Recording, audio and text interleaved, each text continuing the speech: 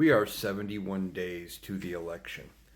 And it was only a little over a month ago. It was actually about 36 days ago that Joe Biden stepped aside and asked or endorsed Kamala Harris to be the Democratic nominee for president. And within a week of Joe Biden stepping aside, Vice President Kamala Harris released 20 years of tax returns. However, with 71 days to go till this election, Donald Trump has not released his taxes yet again.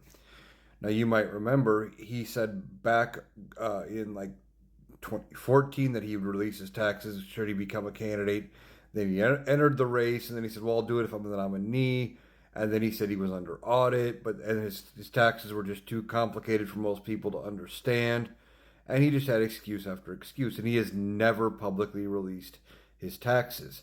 He was found guilty or liable earlier this year for 7 years worth of business fraud for falsifying his tax returns, his property tax, information, etc., and then trying to get bank information with different bank loans with different information and filing disclaimers saying, "Well, do your own research."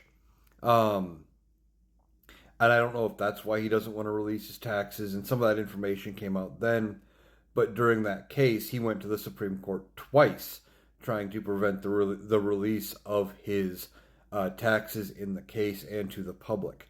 So Donald Trump has yet to release his taxes yet again, and we should know where our candidates are getting their money from, how they are being propped up, etc. We need to know what the deal is with them and their finances. Are they upside down? Could they be bought off?